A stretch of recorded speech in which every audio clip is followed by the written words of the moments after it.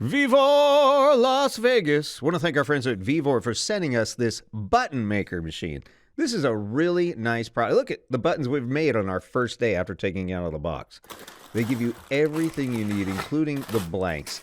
Everything you need to assemble buttons, like within a couple of minutes of taking this thing out of the box. They give you 250 metal backings, 250 plastic backings. It's just a ton of stuff in this kit and a couple of cutters. Really everything you need to get started, whether you're starting a business or you just want to do it as a hobby, or if you have a nonprofit or whatever you want to do, it's ready to go, including a bunch of samples too.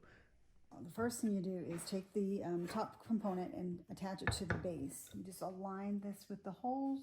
Now, this is a nice, heavy, solid steel base. So once you get this thing down, it's not moving anywhere. With this machine, you can make two different size buttons. You can make a 32 millimeter or 1 1/4, or a 58 millimeter, which is just over 2 1/4. You just simply align this with the back, put it in the hole, and press upwards. And there you have it. And to remove it, to change it out with the other one, just pull down and add the second one in its place.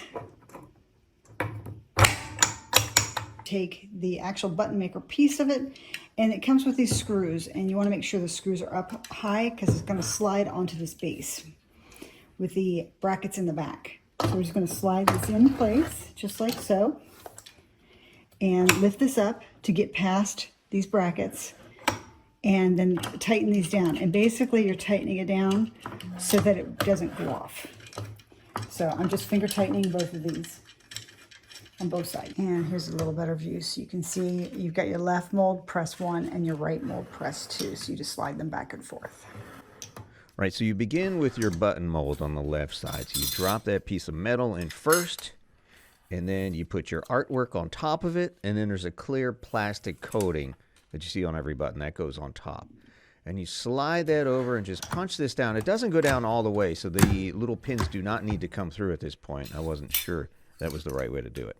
And then you put the backing. You do the plastic one without the green spacer in there. If you want to use a plastic back, make sure the pin opening is towards the back. And this is where it's completely assembled. You see it was sucked up into the top, and then it applies in here, and you've got a perfect button. How cool is that, right? Make sure they're lined up correctly so that when you put the pin on on your clothing, that it's straight, that your illustration or words are straight. So let's try the other one now.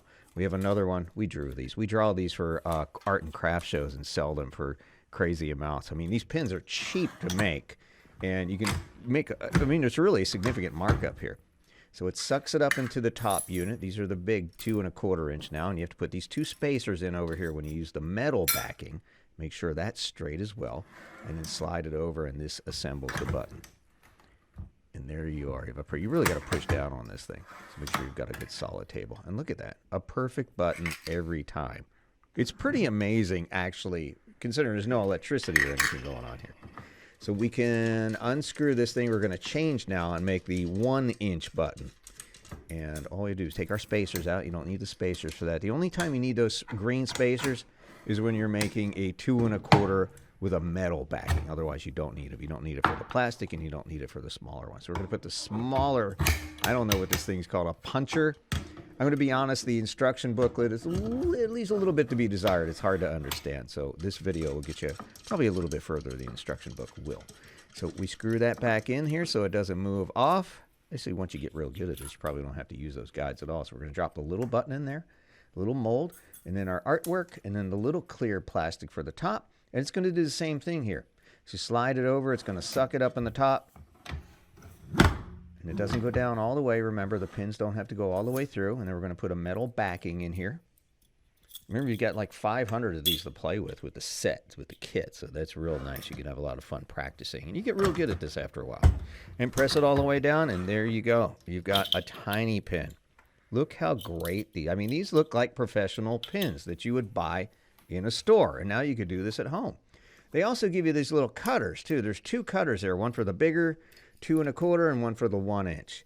And you take this little thing off the blade. The blade's pretty sharp, so be careful. So what you got to do is put this right in the middle and center it as best you can, and then try to hold it down really tight, and it will draw a circle. It's like I think they used to call them protractors, but there's actually a blade in here. You get used to this after a while too. Our first cuts were not perfect, but you could do this.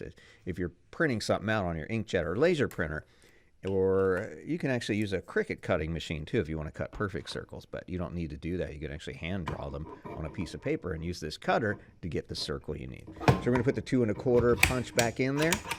And the thing we just cut out, we're going to put this back. Going to slide this baby back on there. And we're going to make a pin with what we just cut out of the sample booklet that came in our kit. Just to show that, for example, you put the mold in there. You can use printed materials. So we drew our first ones, and they go in a bunch of round blanks too, which is really nice. You can practice on it. But now we cut these out, and it gets sucked up into the mold here. And we're going to put the metal backing. Remember, use the green spacers if you're using the metal, the 2 1/4 metal. Punch it down, and it's going to assemble a perfect pin. Look, perfect every time.